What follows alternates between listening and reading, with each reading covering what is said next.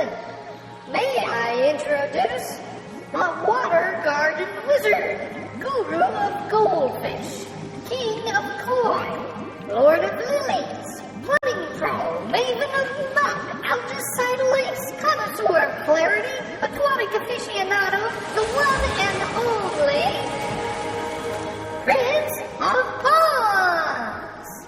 Hello, this is Ken Jones. Welcome to our podcast radio show number 3, what I like to call our Pondcast, a production of the new Ornamental Water Feature Academy.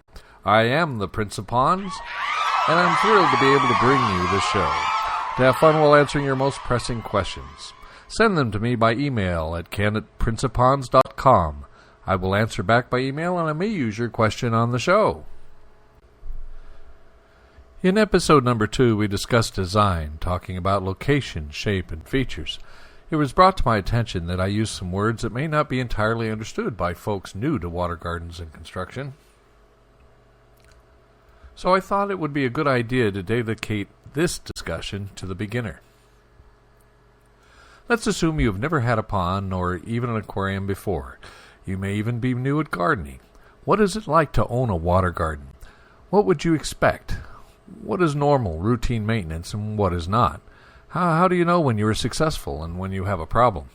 What would you normally do yourself, and when would you seek assistance? Now, our feature topic. Beginning with water gardens. A pond will become a focal point for your landscape. It will attract attention and it will likely become your own personal favorite place to be in your yard. A pond is uncommon, it is not routine nor ordinary. Therefore, it is special.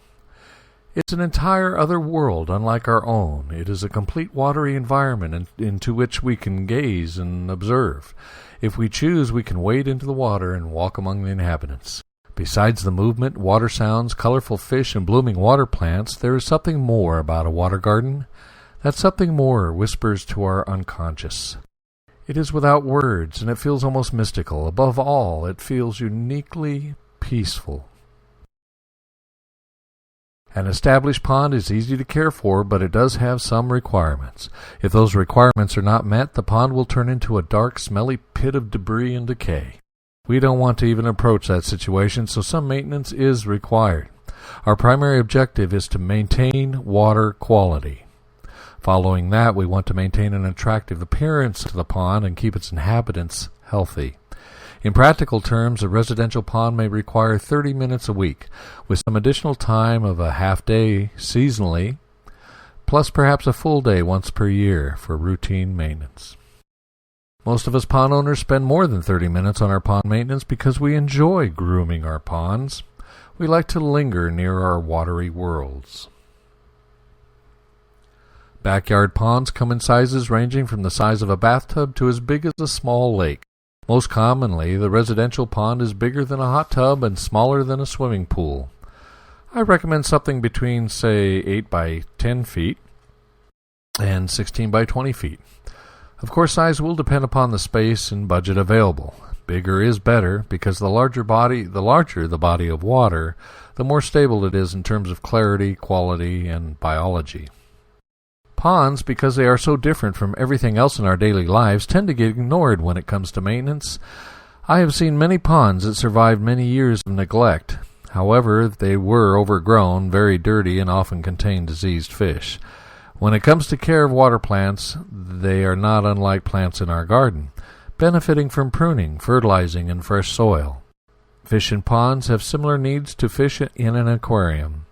However, because the pond is much larger and outdoors, natural processes make a pond far more forgiving than potted plants on a deck or a tank in the bedroom.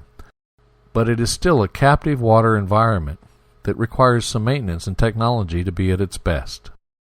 So what is routine maintenance for a pond? Weekly service. Consider a pond accumulates debris from the surrounding landscape. In addition to the debris the pond generates on its own from its aquatic environment, it has to contend with far more debris than the average residential swimming pool. It is a container of water surrounded by foliage. Winds blow, dust and leaves collect in the water, and if not removed, will decay. It is important to keep a pond clean. A clean pond ensures that all-important water quality. Rotting leaves and silt in the water degrade water quality. This does not mean that you have to go out on a daily basis and remove leaves. It does mean, however, that you want some mechanism like a surface skimmer to collect the leaves in one place for you before they end up on the bottom. It also means that you will benefit from a filter system that can do the same for you with dirt and algae. Then, occasionally, perhaps weekly, you can clean out the surface skimmer strainer baskets and run the cleaning cycle on your filter system. Usually some netting of leaf debris is also done by hand. A partial water change is recommended. This is often done as part of servicing the filter system. If you do not have a filter system, then you will want to change 5% to 10% of the water manually each week. Seasonal service. Every 3 months or so, some seasonal service is advised. In the spring, this entails primarily plant care. Any dead foliage left over from the winter is pruned. Plants may be subdivided, moved, cut back, and fertilized. Water plants in time will grow out of their containers and planters. Not unlike gardening duties in a terra landscape, similar aquascaping duties are obligatory. In the fall, most plants should be cut back substantially. That's because most aquatic and marginal plants die back in the winter and go dormant. They will drop their leaves into the pond if you don't remove them first. In the summer, an overhaul of your filter system, meaning a thorough cleaning, is called for. Gaskets may need to be replaced. A complete checkup of your system is a very good idea. In the winter, not much is required. Much life in the pond is dormant. The use of the circulation pump and filters can be drastically cut back. If you have snow in the winter, you may need a floating de-icer in the pond to maintain some water surface that is not frozen solid. This allows oxygen to get to the fish below. In summary, there are a few more procedures that are advisable as part of seasonal service, which we will describe in detail in other podcasts, but they require little additional time and effort. Yearly service. Most ponds really need an annual overhaul, where all the water is removed and the pond bottom is cleaned. If you have an adequate filter and circulation system properly maintained throughout the year, then an annual overhaul may not be needed. However, most ponds I have seen are provided with undersized filter systems and do not receive consistent service. If there's more than a couple of inches of silt in the deepest portion of the pond, then an overhaul is advisable. It is best to do this overhaul in the fall before the onset of winter. The objective is to remove the silt and debris that otherwise would rot in the bottom of the pond and stress the fish during the winter, when they are more susceptible. This draining and cleaning should not include scouring the pond walls. You do not want to remove beneficial aerobic bacteria, just the dirt. This process should be completed within a day to reduce stress on the removed fish and plants. Use adequate manpower to achieve this. The overhaul process will be discussed in more detail later. So what about ponds in nature? Nobody cleans them. Yes, that's true. And you need to know that every pond in nature dreams of becoming a meadow. And that is what your pond will want to do also. In nature, ponds slowly fill up with silt and debris. Shorelines get smaller as marginal plants gradually fill in the pond. It's known in environmental science as succession. Eventually the pond, which at one time may have been a lake, becomes a bog that becomes a meadow. We don't want our ponds to become bogs or meadows, so we try to arrest the progression in order to maintain the appearance of our pond. Maintenance, which takes work, and technology are needed to succeed. Who feeds the fish? You can. You may not need to, but you will enjoy it. The fish in a water garden get food from the aquatic foliage and insects that live in and around the pond. If your fish population is light and made up of goldfish, you will not have to think much about feeding them. If, however, you have a lot of fish and or a koi fish in the pond, you will need to supplement their natural diet with fish food pellets. Koi are heavy-bodied fish that also get large, up to 30 inches or more, and are often valuable, so you will want to make sure they are adequately fed. For most of us, that is a pleasure. Koi are very personable. They'll recognize their owner, and they may let you pet them during feeding. Their personalities will surprise and delight you, so feeding time allows you to enjoy them. What about water?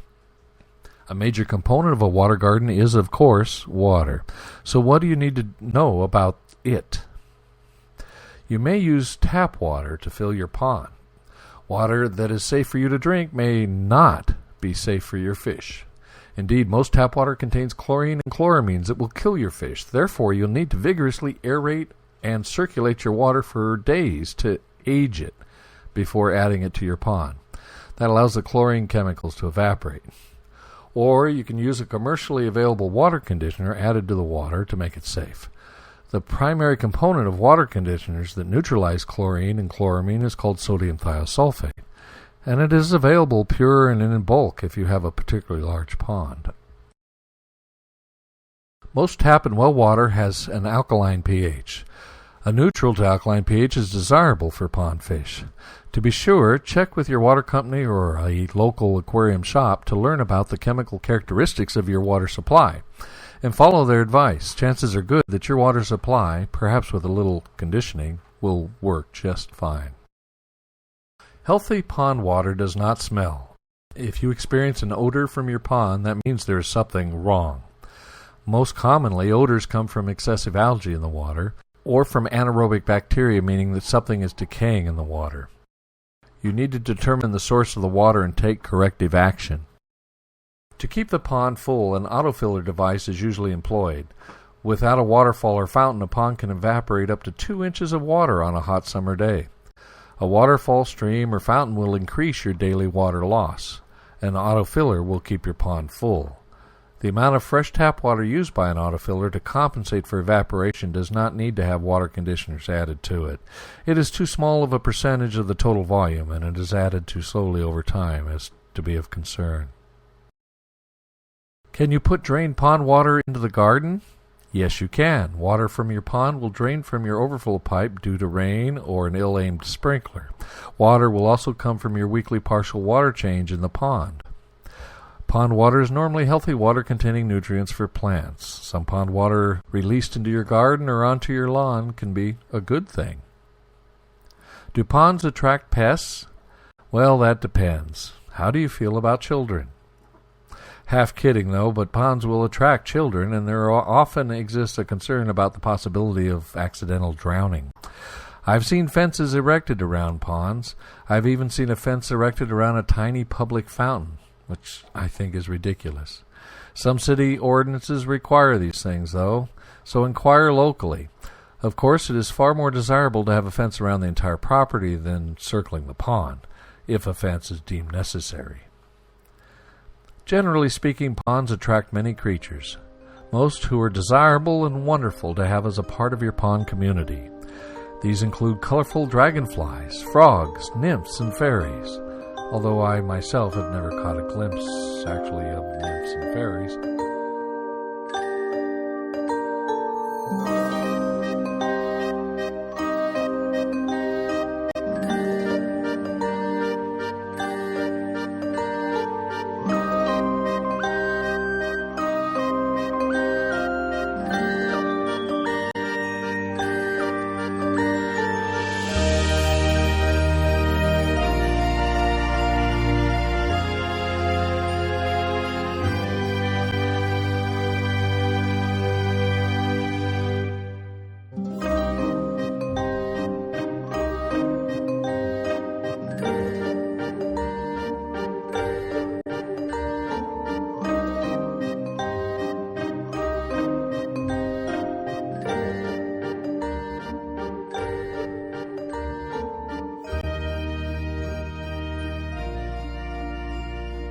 Don't worry about mosquitoes. They require still water to breed, and your pond water should be circulating. Besides, nearly all fish eat mosquito larvae, and so your pond fish will prevent a problem. You can use, but don't need specifically, mosquito fish for this. Two creatures common to North America can be a nuisance: herons and raccoons. There are methods for deterring these, however. What about water quality, clarity, and chemistry? Water quality is most important. Pond water can be healthy, of high quality, but not clear. And water can be crystal clear, but be poisonous. so the two are not necessarily related. Water quality is important for the biology of the pond, the fish, the plants, and microscopic environment. Water clarity is not important to the fish or pond. Indeed, most natural lakes and ponds have some turbidity, cloudiness, in the water, and fish can feel safer in green or cloudy water. However, clarity is usually important to people. Some folks feel a pond looks more natural, more right, if there's some green cloudiness to the water. Well, that is fine. But many folks, myself included, prefer crystal clear water so I can plainly see the fish with all their colors. Clear water just looks cleaner to me. It looks more refreshing. So how do you get high-quality water? Water purity, that is, water that has not been contaminated with chemicals, fertilizers, or a high load of organics, like lots of uneaten fish food or decaying plant matter and the like, is the starting place. You must protect your water from these contaminants. That is why it is important to keep ponds clean.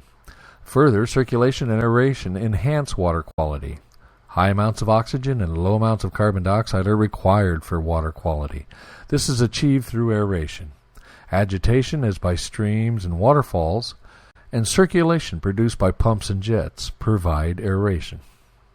Aquatic plants also enhance water quality by absorbing ammonia, nitrogen, carbon dioxide, and other byproducts of metabolism, and in turn producing oxygen. Water changes also help to maintain water quality. Despite all your best efforts, water quality will drop over time. There are just some end products of decay that cannot be metabolized by animals or plants and cannot be filtered out and simply accumulate in the water. Over time, water gets heavy with these dissolved chemicals, and water purity diminishes. The practical way to dilute these unwanted chemicals and refresh the purity of the water is to do a water change. Replacing some of that old water with new, cleaner water will improve the overall health of the pond. This is usually accomplished by an ongoing, gradual basis with weekly routine maintenance associated with filter maintenance. Whenever there is a problem with fish health, water clarity, or water odor, a water change can't hurt and may be a big help. In fact, a series of partial water changes over many days may be an important part of treatment. Algae problems are the most common complaint I hear from pond owners. Excessive hair algae growing mostly in shallow water is very unsightly and can grow very fast and very long. Green water conditions, often referred to as pea soup, is caused by free-floating, excessive planktonic, microscopic algae. The algae is usually not a problem for water quality, unless there is a sudden die-off of the algae causing anoxia, oxygen depletion. It is, however, considered an obnoxious clarity problem. There are several ways to deal with excessive algae. You don't want to get rid of all the algae because moderate algae growth is beneficial to water quality. A healthy, attractive pond will have a short, mossy carpet of hair algae growing on the pond walls and bottom, and the pond will have clear water. Water clarity can be achieved through a process known as a natural balance. Natural balance relies on time and complex biological processes that promote clarity by limiting algae growth. Natural balance is great when achieved, but it is unreliable. After all, a balance has only one place to go. That's back out of balance. Water clarity can also be achieved through chemical treatment. Certain chemical additives will kill algae and promote clarity. However, most of these chemicals are toxic to other life too and are not recommended for water gardens. In recent years, enzymes have been marketed to promote water clarity. These additives, while harmless, seem to provide inconsistent results. I prefer to have absolute control. My method of choice is filtration combined with UV radiation. With the right technology, properly applied, this always works.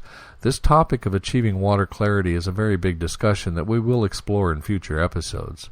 For now, let's just say that through the application of technology, it is possible to have dependable water clarity. And you know, the fish could care less. Water chemistry? Anyone? If you're so inclined, learning about water chemistry, running water chemistry tests, and watching water parameters change and shift can be fascinating, fun, and useful. However, most of it is unnecessary. I dare say most pond owners do water chemistry tests rarely, if ever. If you keep your attention on maintaining water quality and pond cleanliness, you will have little need of chemistry tests. However, for some this is a meaningful part of the hobby of pond keeping, so we will discuss it later in detail. What kind of fish? What kind of plants? The average water garden contains goldfish and or koi. The ordinary goldfish, called a pond comet, is most common. They are hardy, come in several colors, and usually grow to 8 inches or so in size. They reproduce readily and are easy to care for. Fancier varieties of goldfish are also pond candidates, but are not as hardy. It is recommended that you do some research on the varieties you are considering. Koi are a carp originally bred and developed in Japan. They get much bigger than goldfish. 18 to 24 inches is common, and they can get much larger provided a roomy home and a generous diet. They come in an astonishing variety of colors, patterns, and scale types. Koi are also very personable. They can get very tame. Believe it or not, I once knew a koi owner that had trained her koi to beach themselves like dolphins out of the water at feeding time. Oh, how I now wish I had pictures of that. Competitive quality koi can be very pricey. However, most common decorative koi are very affordable, especially in small sizes when young. They grow about 6 inches a year and are very hardy, provided they're given high-quality water in which to live. Can you keep goldfish and koi together? Yes, you can, and many do. However, you are likely to find over time that the koi with their superior beauty will be preferred over the common goldfish. Can you keep koi with plants? Yes, you can, and many do. However, some individual koi are destructive with plants, and most will snack on them. It is best to have plenty of space and plenty of plants when including koi, and remove the most problematic individuals. Water plants come in 3 basic types, and you will want some of all 3. Floating plants, marginal plants, and submersed plants. Having said that, the most popular are the submersed water lilies and the marginal plants like Japanese iris. Water plants come in astonishing variety, with most appealing foliage and often colorful flowers. They prefer full sunlight, so when kept in a shady pond may not flourish nor bloom. There are miniature varieties, and all grow well, providing enough sunshine. Large varieties may need to be pruned back more than once a season. Water garden nurseries, many who provide colorful catalogs, are the source of choice. Be forewarned, the purists you are likely to run into out there will tell you that koi should not be kept with goldfish nor plants. Water plant enthusiasts will tell you not to keep any but the smallest of fish with their plants. Rest assured, a water garden is supposed to have both decorative fish and plants and is absolutely doable. However, if your aim is to breed the best of koi or the finest of water plants, perhaps for competition, you will, of course, have different priorities. Let me save you some money. For years, water garden nurseries and retailers have recommended a secret formula of just so many snails and so many strands of aquatic grasses and other plants to produce the recommended balanced natural environment. Well, that's pure hogwash. Do you believe there is a profit in snails? You bet there is. And you can buy snails, polywogs, freshwater shrimp, and beneficial bacteria by the gallon. But why should you? Your pond will attract and generate all this good stuff by itself. Trust nature. If you make your pond a good place to be, it will be there. Should you be a pond owner? So to sum it up and oversimplify just a bit, a water garden offers rare, special beauty and peace of mind. All it takes is good, clean water and a few minutes a week to spiff up the aquatic premises. Compared to others, pond fish and plants are hardy. A water garden takes little more than a swimming pool or a common garden to maintain, and it is very forgiving if you get busy and need to ignore it for a while. If you want, you can get a swimming pool maintenance company to maintain the equipment, and or a gardener to care for the plants and pond cleaning, if you don't have a water garden professional in your neck of the woods. While your mileage may vary, I think it is almost universally true that pond owners absolutely love their ponds and either want a bigger one or another one. It doesn't hurt that a good water garden is a good investment. It enhances the appeal and value of your real estate. So indulge in a water garden and turn your backyard into someplace special.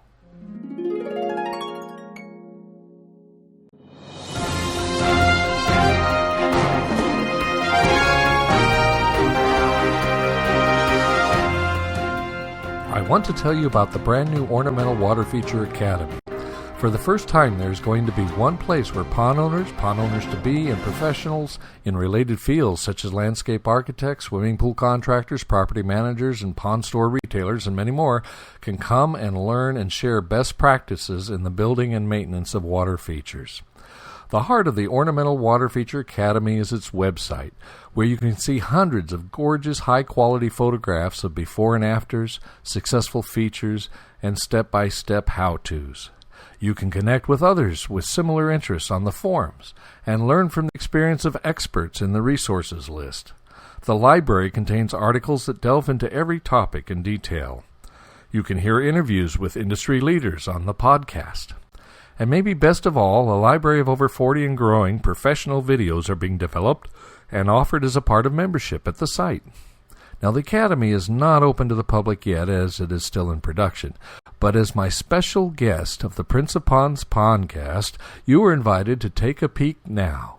Just go to princeofponds.com, and you will be able to review some of the articles and learn more about the Academy. While there, visit the membership application page and enter your name and email into our email notification form to get on our priority list.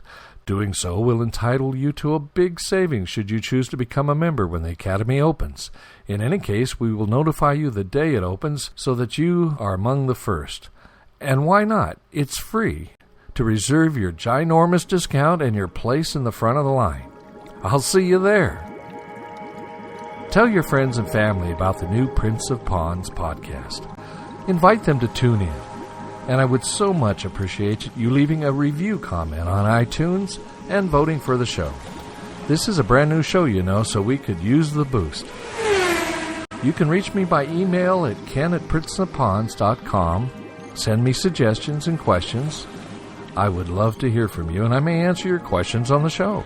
Until next time, splash me.